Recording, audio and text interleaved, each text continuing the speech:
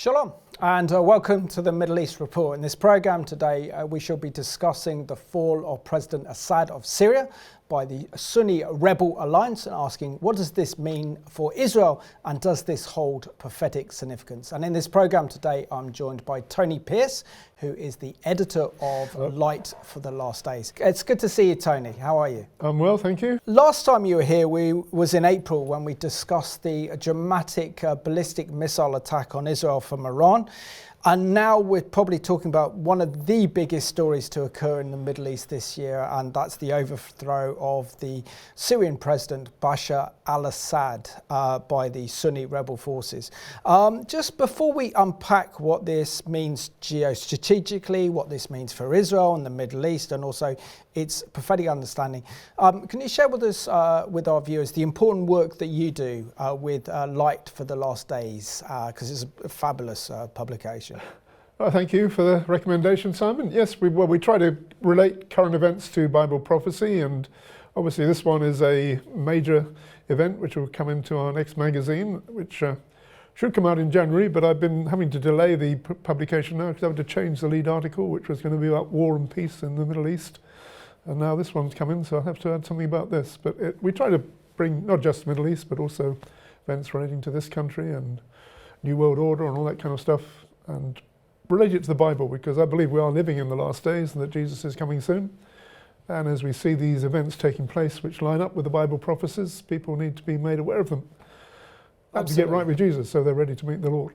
Yeah, absolutely. So Tony, what do you make of the extraordinary speed in which these Sunni Arab rebels, many of them Islamists, were able to overthrow President Assad's regime in Syria in a matter of 2 weeks, and then to actually take Damascus without one single shot being fired? Yeah, it was quite an incredible event. I mean, I've been fixated with watching it over the last week or so, and trying to relate it to what it says in the Bible as well.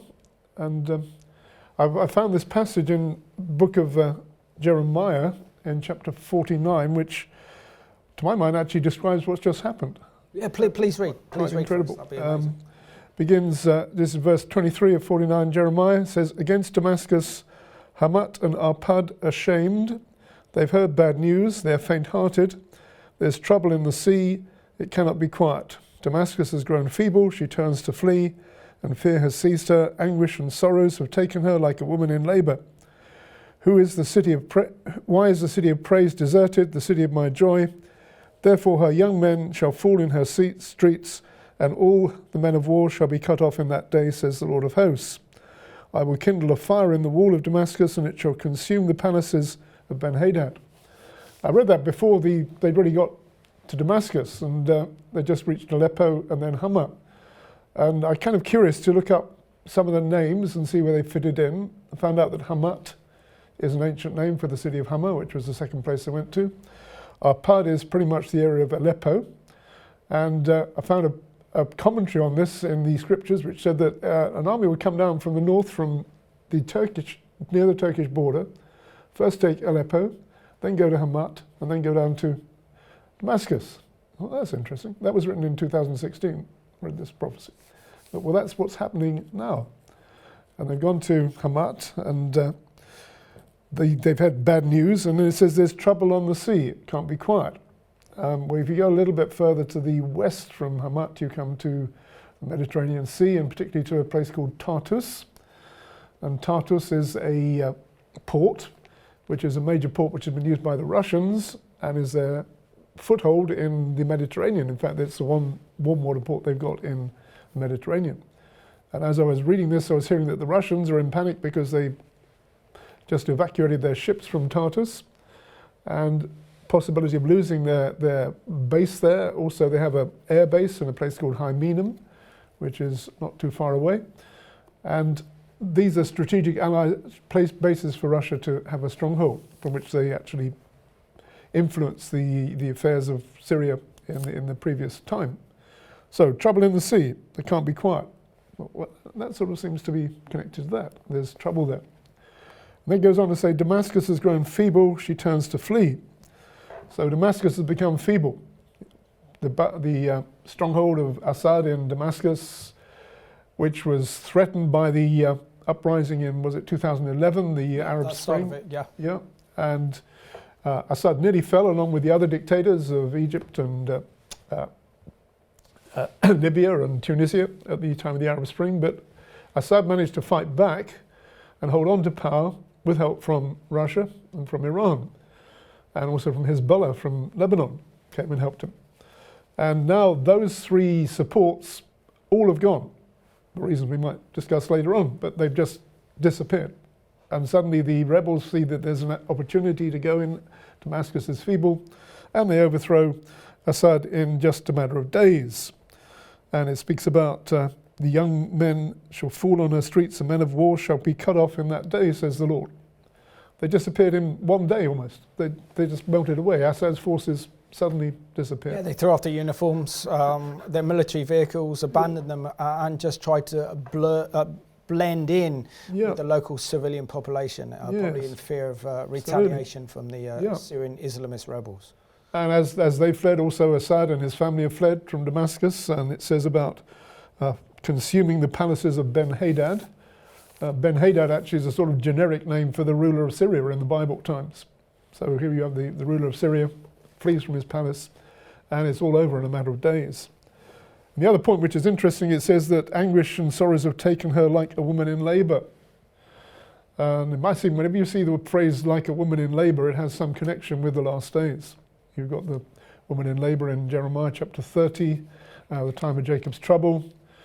Jesus spoke about the wars and rumours of wars, and it says that this will be the beginning of sorrows, and the sorrows is actually the birth pangs, so the woman in labour. Having Thessalonians about the peace and safety, and then sudden disruption comes, pains upon them like a woman in labour.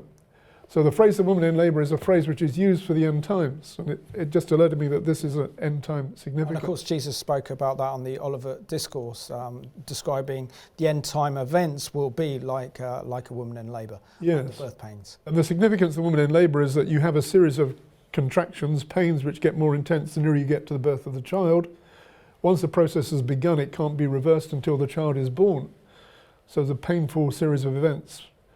But when the child is born, if it's a healthy child being born into a loved family, then it's good news, and the mother forgets the pains for what's gone before. So when the final event, which will be the second coming of Jesus, comes, then you have the joy which comes at the second coming of Jesus, for those who are believers, not for those who are not believers, but for believers that is the joyful event. And we see these things which are happening, like in the Middle East now, are pointing us towards that.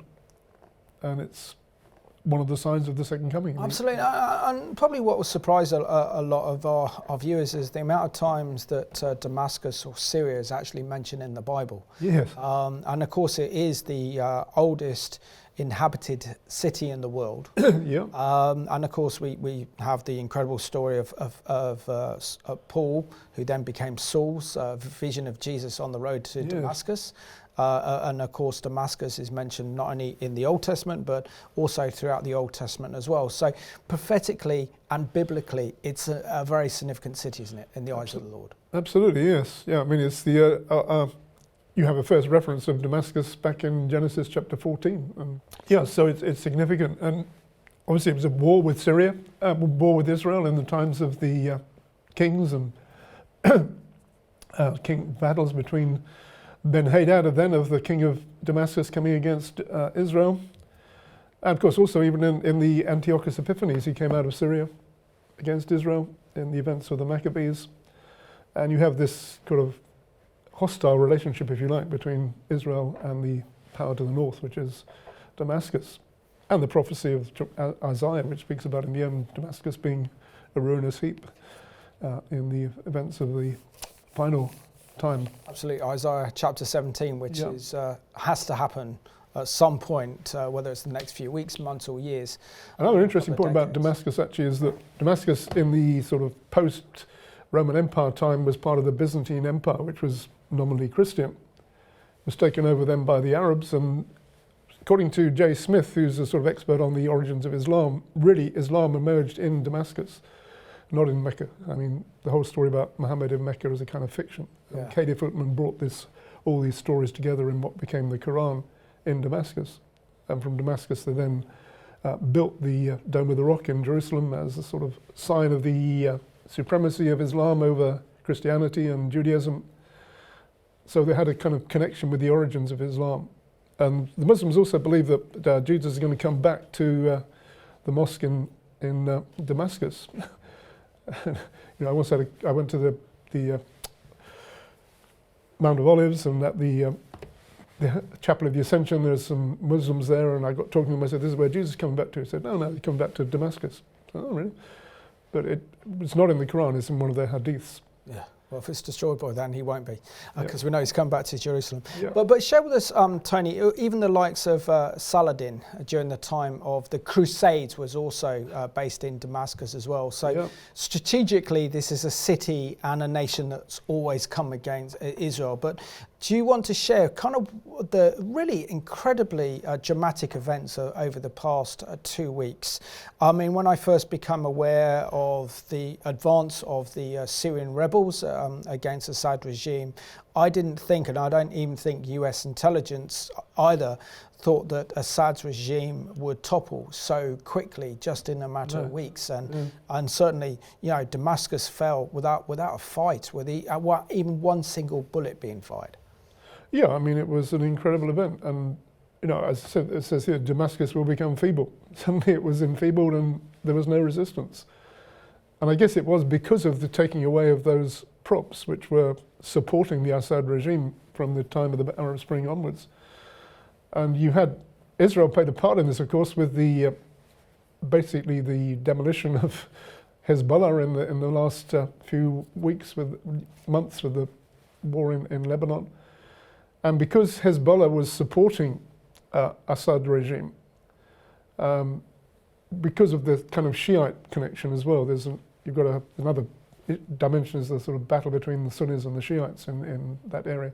So you have the majority of Muslims in Syria are Sunni, and the minority are Shiite, but Assad is part of a minority group that was ruling over them.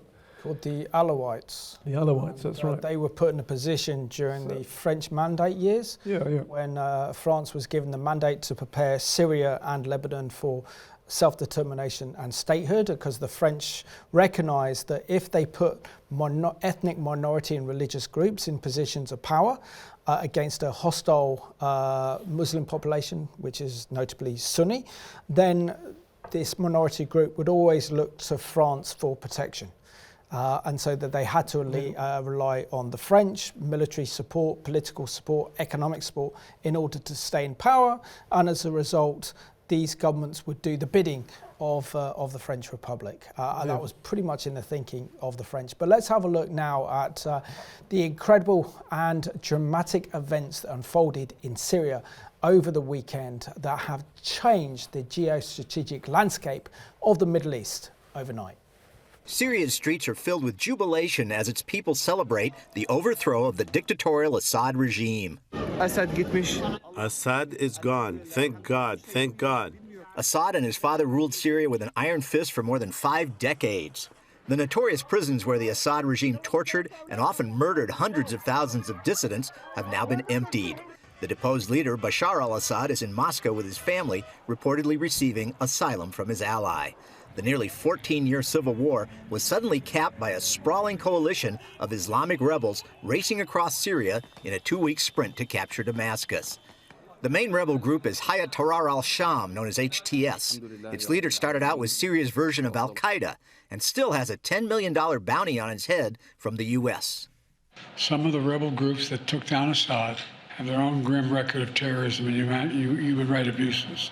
You know, we could have an Islamic State arise there, which will have profound negative implications across the region. While many of HTS's factions seem to have moderated, and most of the rebel groups are pledging to protect Syria's religious and ethnic minorities, Biden is wary.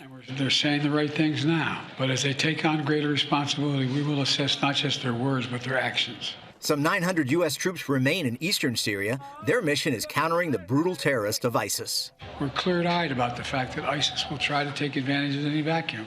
It's been a long civil war marked by Assad committing atrocities like using chemical weapons on his own people. Major ally Russia often joined in, its jets bombing Syrian civilians. Iran and its main proxy Hezbollah also took part in slaughtering rebels. In this latest fight, Russia, Iran, and Hezbollah didn't come to Assad's rescue as in the past. Russia's attention is mostly on its war with Ukraine. Israel's dismantling of Hezbollah and weakening of Iran played a major role in keeping them from saving Assad. President-elect Trump piled on, writing, "Russia and Iran are in a weakened state right now, one because of Ukraine and a bad economy, the other because of Israel and its fighting success." As for Syrian and Israeli relations, Prime Minister Benjamin Netanyahu is offering peace. We send a hand of peace to all those beyond our border in Syria, to the Jews, to the Kurds, to the Christians, and to the Muslims who want to live in peace with Israel. Still, the IDF rushed to take over the buffer zone around the much-disputed Golan Heights between Israel and Syria. It also struck chemical weapon sites and long-range rockets to keep them from falling into the wrong hands. Netanyahu says Israel will do whatever is necessary to protect itself. To ensure that no hostile force embeds itself right next to the border of Israel. Paul Strand, CBN News, Jerusalem.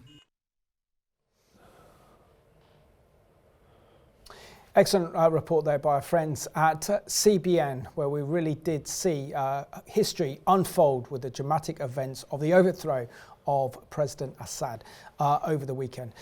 Tony, Bashar al-Assad has been president of Syria since 2000, when his father Hafez al-Assad died, and he was president from 1971 to 2000. Share with us the brutal legacy of Assad's regime and why this regime is so hated amongst the majority of the Syrian people.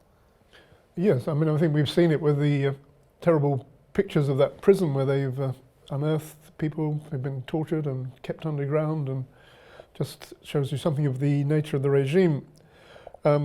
I think because the Assads have always been a minority, they've had to crack down on the Sunni majority. In 1982, you had a major event in a town called Homs, in which the Muslim Brotherhood actually launched a revolt against the Assads, and it was put down with extreme brutality. I think about 10,000 people were slaughtered, and they just massacred the whole place to put that down. But you saw that that's the kind of thing which had been simmering all the time between the Sunni Muslims and the regime, with the rise of Islamic fundamentalism as well. The Muslim Brotherhood was behind this, so you had the Muslims trying to push for an overthrow of the regime even back there in '82, which was put down with great force. And as I said, we said earlier about the 2011, the Arab Spring time, when the Syrians tried to rise up against their dictator. Not all of them were Islamists, some were just wanting a better regime and more democracy and so on. But out of that came also the ISIS and the radical Islamist force, which then brought terror to parts of Syria, particularly to the Christians and the minorities there. And so you had to put that down. Allies, including the Americans, were involved in trying to put them down with the Kurds. But also you have then the Russians and the Iranians coming in to back up the Assad regime. Russia was bombing Aleppo, in fact bombed it to the ground really, to put down the rebels in the north there. So all of these things of course added up to a massive hatred of the regime, but also problems because the forces coming against it would be riddled with Islamists who want to fight each other and fight everyone else as well. No, absolutely, and that's the major problem. But it's extraordinary, isn't it, to think that Assad, when he was president, carried out that massacre in Homs, where literally they bulldozed an entire city of people. And yet we don't really see the international condemnation on Syria's actions, like when it comes to Israel. There isn't the same media focus, there isn't the same intensity, and yet these are crimes against humanity. These are war crimes against his own people. But also the fact that the Assad regime, whether it's his father or it's his son, have always supported Palestinian terror organizations against Israel. I mean, going back to the 70s, they hosted the PLO, gave the PLO terrorists and Black September a kind of safe haven to carry out attacks against Israel. They've been very much involved in the civil war in Lebanon, and fighting against the Israelis in Lebanon in '82, crisis there. They've been a support for Hezbollah and the Iranian regime, and also played a major part in transferring, for example, Al-Qaeda, or even kind of ISIS as it was then, Al-Qaeda in Iraq, into Iraq to take on the coalition forces after the fall of Saddam Hussein. So we really see that Syria as a nation under the Assads has always been on the wrong side of history, and it's been a perpetual enemy against Israel. Share with us really where this hatred of Israel comes from regarding the Syrian regime. Well, I guess it's the same spirit which has been behind the whole anti-Israel position. You've got, I think it's in Psalm 83, it speaks about the countries round about saying, "Come, let us cut off Israel, that the name of Israel may be remembered no more." And Assyria is one of them mentioned there, but I think that includes Syria. So you have all these forces which have been continually against the existence of the State of Israel for Arab nationalist means, but also for the Islamist concept that there shouldn't be a Jewish state in what they call the Dar al-Islam, the area of Islam, that it should be under Islamic control. And because of basically behind this, you have got satanic forces, to be honest. I mean, that's in a way you can explain it, who have had this agenda to destroy Israel. And Iran has, of course, latched onto this and come into Syria with their aim to set up Syria as a base from which to export their revolution and their desire to destroy the State of Israel. So it's kind of a continuing spirit which has been there, which you could say go back even to Bible times, but it's part of the opposition to God's purposes for the restoration and the return of Jewish people to Israel, and ultimately to the return of Jesus as the Messiah. Absolutely. So let's have a look now at another news development taking place in Syria, and this is this time that the US are carrying out airstrikes against ISIS facilities and ISIS strongholds in Syria, in the fear that Syria could be turned into an Islamic state. Prime Minister Benjamin Netanyahu highlighted Israel's role in the fall of the Assad regime after the, quote, heavy blows its forces have inflicted on Hamas, Hezbollah, and Iran. He also said Israel is dismantling the Iranian axis piece by piece and changing the landscape of the Middle East. The State of Israel is establishing its position as the center of power in our region, as it has not been for decades. Those who cooperate with us benefit greatly. Whoever attacks us loses big. While Syrians are celebrating, thousands are going to a notorious prison north of Damascus, searching for loved ones taken by the regime. On the border with Turkey, those who fled the 14-year civil war are beginning to return home. I came here 6 years ago and have been working, but now that Assad is gone, I decided to go back immediately. My family is there. I will see them, meet them. We are very happy Assad is gone. There is no more torture. God willing, Syria will be better. In the midst of celebration, there are concerns for the future. The new leader is a former Al-Qaeda chief, and the U.S. has a $10 million bounty on his head. Bill Roggio, senior fellow at the Foundation for Defense of Democracies, told CBN's Faith Nation he believes there will be infighting between the rebel factions. I don't think the war in Syria is over. I just think the Assad chapter in this war has ended. Meanwhile, Israel is offering peace to the Syrian people, but taking precautions with airstrikes against the old regime's weapons supplies and occupying a buffer zone on the Golan Heights to protect the border. Our control of the Golan Heights guarantees our security. It guarantees our sovereignty. In the middle of this multi-front war, the Prime Minister will be spending several days a week this month in a courtroom, testifying in a long-running case of fraud and corruption charges against him. Charges, he says, are politically motivated. For 8 years, I've been waiting to reveal the method of a brutal hunting expedition, because these investigations were born in sin. There was no offense, so they were looking for an offense. They haven't found an offense, so they invented an offense. Wendy Griffith, CBN News.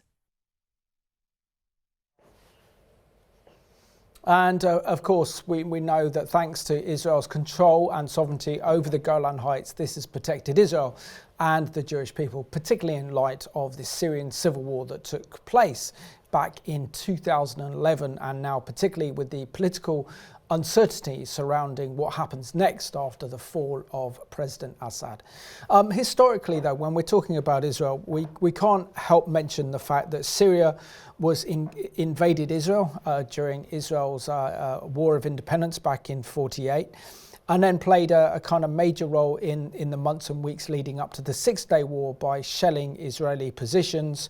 And they were in positions, I mean, they were the kibbutzes next to the Sea of Galilee, or in Hebrew, the Kinneret, where those communities had to suffer tremendously under this Syrian regime. And then, of course, we know that the Golan Heights also were part of the Yom Kippur War, in which Syrian forces invaded, probably the biggest tank invasion that we'd seen since the Battle of the Kursk back in 1943 against the Russians and the Nazis. And yet here we are, it's that plateau on the Golan Heights that has protected Israel. Share with us the importance of the Golan Heights to Israel, and Israel courageously won that, of course, in the Six-Day War back in June 1967. Yeah, well, as you said, it was the place from which Syria would invade Israel. Been up on the Golan Heights, you got a wonderful view from there, looking back over the Galilee, over north of Israel. In fact, the border actually went right down to the edge of the Sea of Galilee before 1967. The other side, you can look right into Syria. Signpost up on the top of the Golan Heights, when I went there, had a signpost saying Damascus 40 kilometers, so which is pretty near. Did you go to, is it Mount Bental? Where you actually see that it's an army post, and it's now a bit of a kind of fun attraction. Yeah, that's right. You walk around some of the bunkers that the Israeli soldiers were in. Yeah, that's where we went. Yeah, amazing place. And also, there's I think a strategic point there where an old tank was that overlooks Syria from I think the '73 war as well. Yeah, and in the '73 war, I mean, the Syrians broke through and Israel wasn't prepared, and basically they got through. They could have gone straight down into the north of Israel, but there's a story of, someone saw it like a hand holding them back, like they stopped to admire the view, which was maybe the hand of God holding them back. I think it was something like one Israeli tank left against a region of 20 Syrian tanks.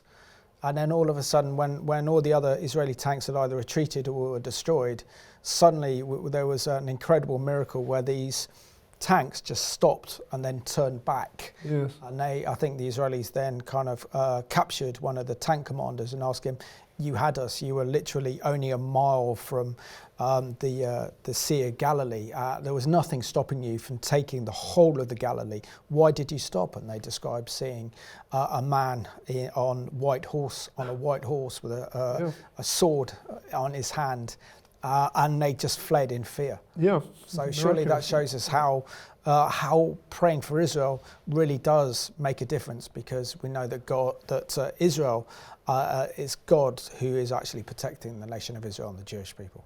Yeah, I mean, and this is ongoing, isn't it, as well? Absolutely. I mean, people have said, how did they manage to get rid of those? Was it how many missiles? I can't remember how many missiles the Iranians fired at them, but not 180. Not one of them got through to actually do any damage. And it was like God's hand upon the people and protecting them at that time.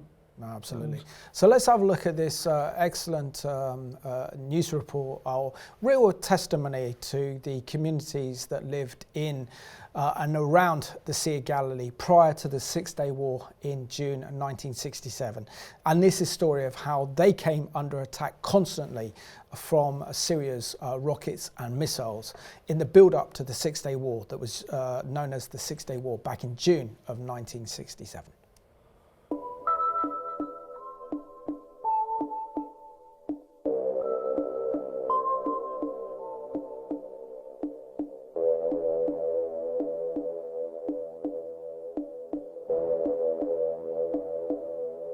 It was at least once a week that they were bombing. האיום היה איום גם על ילדים, גם על חברים, גם על אנשים. Al Qasir is a usual settlement in Israel. by side of the Kinneret Lake. The distance between our kibbutz and the camp of the Syrian soldiers who made all these troubles, less than a kilometer. The Golan Heights is much higher than kibbutz Tel Katsir. The Golan Heights is about 200, 300 meters higher. So it was their advantage, not ours. Every day our kibbutz was disturbed from shooting and bombing till the 6 Days War. זה צילום שצולם על ידי הסורים, חלונות של חדר האוכל. ככה הם ראו אותנו. הם ראו אותי מתרחצת בבריכה. הם ראו את הילד שלי משחק בחצר. ירדנו לחרוש בשעות הבוקר, הסורים פתחו עלינו באש. ולמרות האש שנתחה עליי, המשכתי לחרוש עד שגמרתי את חריש החלקה. היה גם פחד, והיו גם מחשבות ששמא יקרה משהו. We did not try to make any harm to them. We just wanted to cultivate and to keep the fields that belong to us. Whenever the adults told us to go to the bomb shelter, we were going here, and it was like our second house.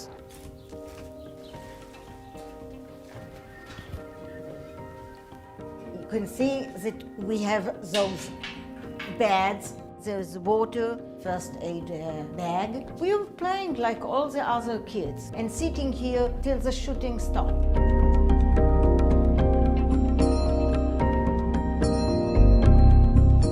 מאוד חשוב לי לשמר את ההיסטוריה. זה למשל אוסף של הבן שלי, חלקים של הפצצות של הסורים. זה היה המשחק האהוב על הילדים. איך שהייתה נגמרת ההפצצה והיה מותר לצאת לחצר, הם היו יוצאים לחפש רסיסים. אני ביקשתי ממנו יום אחד, תמשיך לאסוף, תמשיך לשחק, אבל תזכור, להיות ילד טוב. מה זה אמר להיות ילד טוב בתל קציר? יש הפגזה ואתה בחצר, אין אבא אמא, אתה עושה פזצת על האדמה, ולא משנה אם יש אבנים או קוצים, קצת שקט, אתה נכנס לתעלה. מהתעלה תגיע לבונקר, והכל יהיה בסדר. וזה נסתיים רק הודות לצה"ל ביום האחרון של 6 הימים. פתאום הרגשנו מין חופשיים כאלה.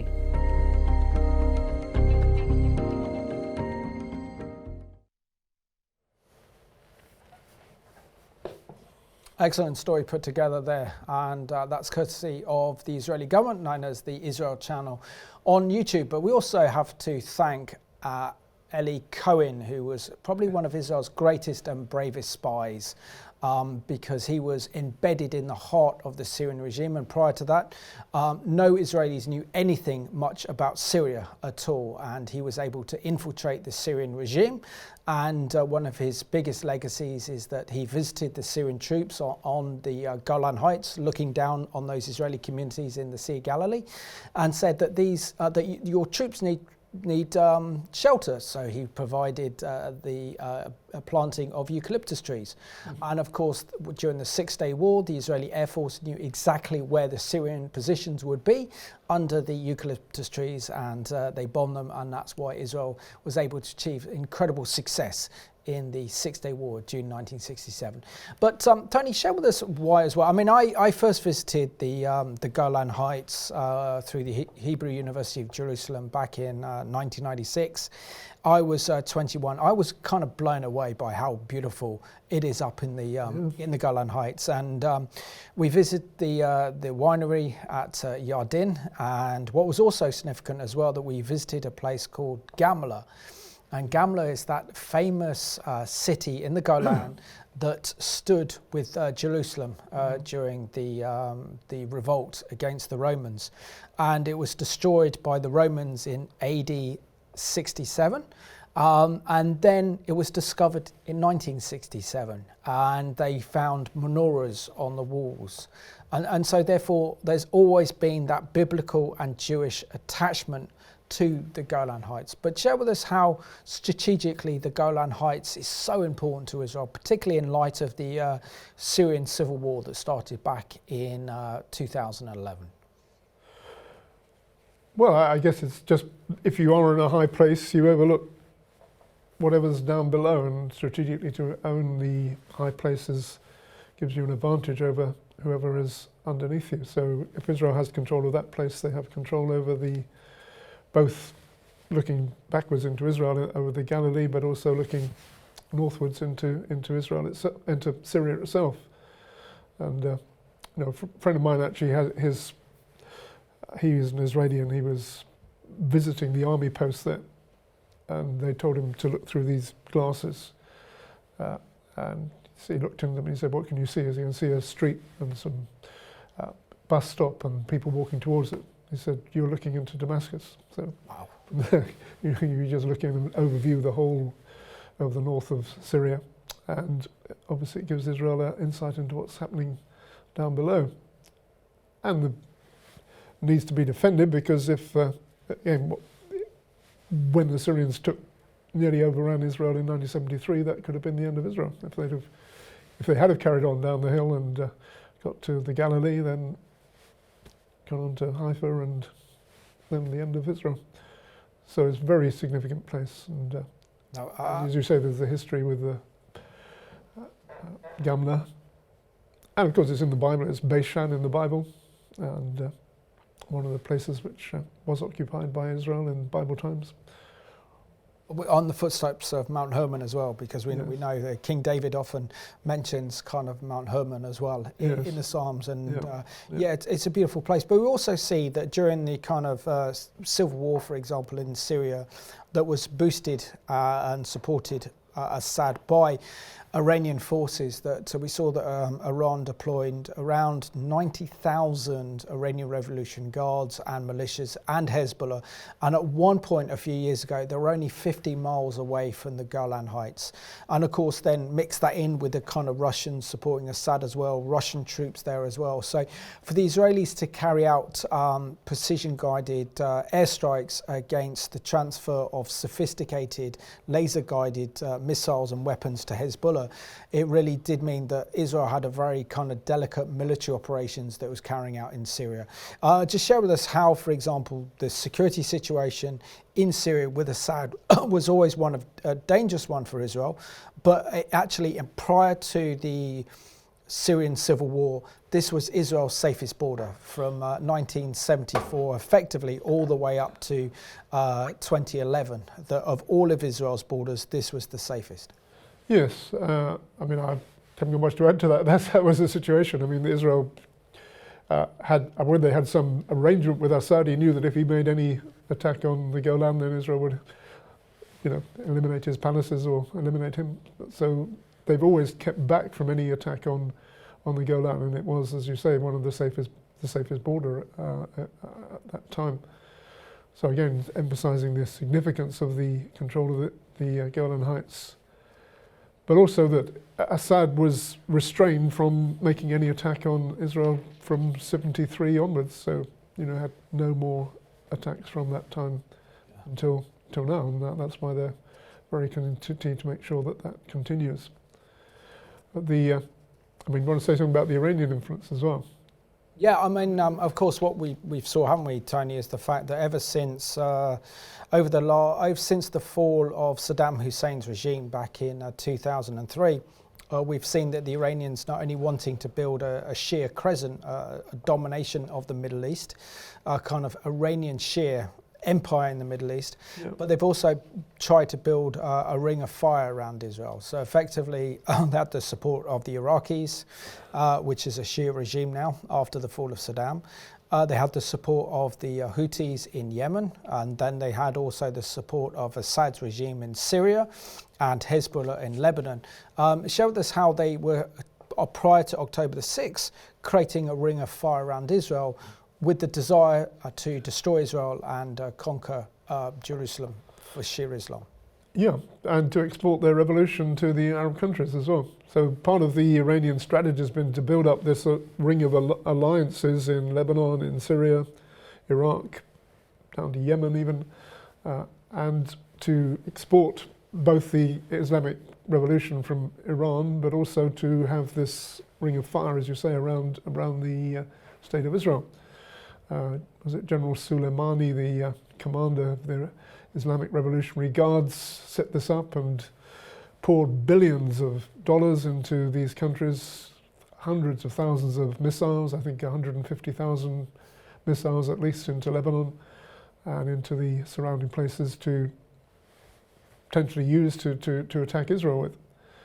And of course the October the 7th event was seen by some as the first stage of this. So you set Hamas off and then Hezbollah joins in. Some say actually that Hamas jumped the gun. They were waiting to do a combined attack with from Gaza, from Hezbollah, and from these other places at once. And because Hamas sort of jumped the gun, so Israel then went in and did what they have done in Gaza. Hezbollah made some attacks on Israel, but Israel's now gone in and subjugated Hezbollah and basically broken up Iran's ring of fire. And the last events in the last week is a catastrophe for Iran, because this means that the hub of their whole operation was in Syria, and they were exporting weapons through Syria into Lebanon, and it was the kind of base from which they were working and supporting Assad. The rebels have gone into the Iranian embassy and ransacked that, so I guess they're not going to be too friendly to the Iranians. In fact, one of the things they said was that you want to boot our main concern is to boot Iran out of Syria. So from the Iranian point of view, this is a calamity. This is breaking up their whole operation. Which is incredible, isn't it? It's showing that it's really kind of fallen down like a pack of cards. And I think it's only a question of time now with President Trump coming into office again for the second time on the 20th of January. We could actually see the downfall of the Iranian regime, which would then totally transform the entire Middle East. But share with us, for example, why the Iranians couldn't come to the defense of their ally Bashar al-Assad, and why the Russians also couldn't come to the defense. And the Sunni rebels knew that, obviously saw an opportunity to strike because the threat of Hezbollah had gone after Israel has essentially destroyed Hezbollah in southern Lebanon and seriously weakened Iran's capabilities, and why we saw very little defense of the Assad regime by the Russians or the Iranians. Yeah, I mean, the attack which Israel did on Iran after was it in October? It did serious damage to the Iranian regime. I mean, they knocked out the air defenses. They also knocked out one of the missile producing factories. And the threat that they would do much more if they attacked again, taking out their nuclear site, taking out their oil refineries and so on. So the regime is actually quite weakened. The regime's incredibly unpopular as well. I mean, we've got Iranians in our fellowship. I was talking to one of the ladies. She said, well, 5% possibly support the regime, which is pretty low. And as they do these things, then it's becoming even more unpopular. And Netanyahu actually beamed quite an inspiring talk into Iran, said that, look, you people, we've got no quarrel with the Persian people. We've been allies in the past. But your regime is actually causing this war. It's causing billions of dollars, which could be used to build up your country, your infrastructure, make it a better place. And it's all been wasted. It's done nothing. So basically calling them to rise up. And Trump is going to put pressure on Iran when he gets into power if they continue to pursue the nuclear deal. And they're going to be the Ayatollahs are saying, in a weakened position, very unpopular regime. Most young people despise it. They're kept in power by the terror, again, of the Revolutionary Guards, similar to what's happened in Syria. So they're not in a good position to come into power. And what Israel would hope for, actually, is the total breaking of what they call the head of the octopus, the whole Islamic, the influence of Iran into the region, and then to bring a new day, if you like, for the Middle East without Iranian infiltration. Of course, many of the Arabs are also against it. I mean, the Sunni Muslims in Lebanon are saying, we're pleased to see and the Christians in Lebanon are pleased to see some breaking of the power of the Shiite Muslims, Hezbollah. Saudi is totally opposed to any Iranian influence into the Middle East. Yeah. So you've got a potential, actually, with the breaking of this Iranian power for the peace move to go forward, which is another issue. Absolutely.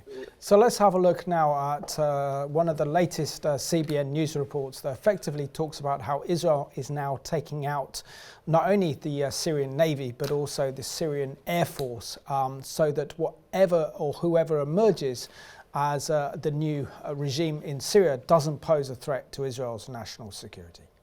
In a 48-hour bombing campaign, the IDF says it has destroyed up to 80% of Syria's military capability. Named Bashan Arrow after the biblical name for the Golan Heights, the IDF hit more than 300 targets throughout Syria. The IDF has been working in Syria in recent days to damage and destroy strategic capabilities that threaten the state of Israel. The Navy worked tonight to destroy the Syrian fleet, and with great success. Prime Minister Benjamin Netanyahu authorized the strikes to keep Syria's military assets from Israel's new jihadist neighbors, and he sent them a warning. We want relations with the new regime in Syria, but if this regime allows Iran to reestablish itself in Syria, or allows the transfer of Iranian weapons or any other weapons to Hezbollah, or attacks us, we will respond forcefully and we will exact a heavy price from it. What happened to the previous regime will also happen to this regime. Inside Syria, the former government of Bashar Assad says it will transfer power to Syria's new leader, who pledged no new war. The regime is now gone, thanks to God, and the country is moving towards development and reconstruction. It's going towards stability. People are exhausted from war, so the country isn't ready for another, and it's not going to get into another one. But the Middle East Media Research Institute released this video of HTS fighters pledging Damascus is simply a stepping stone. Just like that, Allah willing, we will enter the Al-Aqsa Mosque, the Prophet's Mosque, and the Kaaba. We will enter these, Allah willing. It's a goal HTS leader Mohammed al-Golani shared in this 2018 video. Allah willing, we will reach not only Damascus, Jerusalem awaits us as well. Charmaine Heading, founder of the Shai Fund, currently helping Christians inside Syria, says it's important to know the history of these new powers in Syria. We're watching these two groups that have taken over Syria, the HTS, which is run by Golani, who's formerly part of Jabhat al-Nusra, which is Al-Qaeda, and the SNA, which is a coalition of forces but has a lot of ISIS veterans in them. And both of these groups are somehow funded by Turkey and have both got major human rights records. It's why Heading and many human rights groups are deeply concerned for the future of Christians and other minority groups inside Syria. Chris Mitchell, CBN News, Jerusalem. Excellent report there by our friends at CBN, particularly Chris Mitchell, who heads up the Jerusalem Dateline, which is shown on Revelation TV.